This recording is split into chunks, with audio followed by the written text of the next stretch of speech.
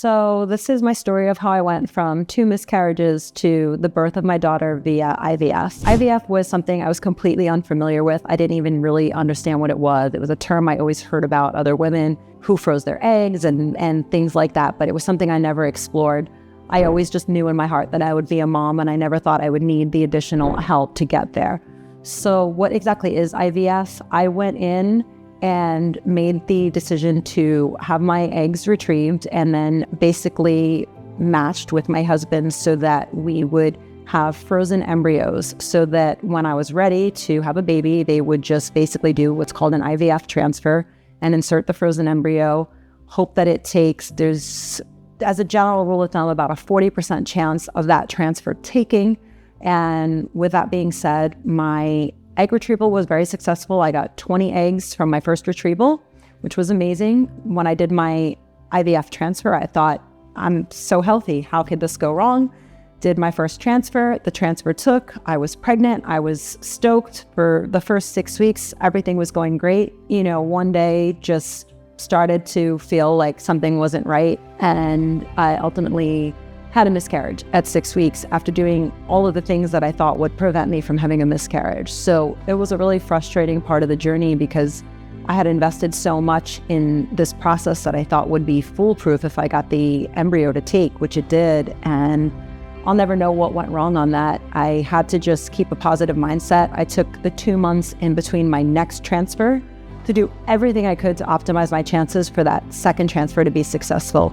Some of the things that I did that I think are really important if you're going through the process: get your diet in order, check all of your levels, be proactive about it. A lot of doctors don't tell women. They don't tell them to check their thyroid. My TSH level had been really high and out of whack. That can really throw off a pregnancy, whether you're doing it via IVF or even just on your own. So check your TSH, take your vitamin D supplements, really do anything and everything to be the healthiest version of you before you go into the pregnancy. Eat the right foods, cut back on the alcohol, don't smoke, don't do these things. I mean, there's plenty of resources that you can look up to see what can optimize your chances for pregnancy. But I really spent the 2 months in between transfers making sure that mentally and physically I was in the best state possible so that my second IVF transfer would not go wrong. So when I went back from my second transfer, which was in February of 2022, about a month before the transfer took place, my doctor nonchalantly told me, maybe we can do your next transfer with less medication. And I looked at her like,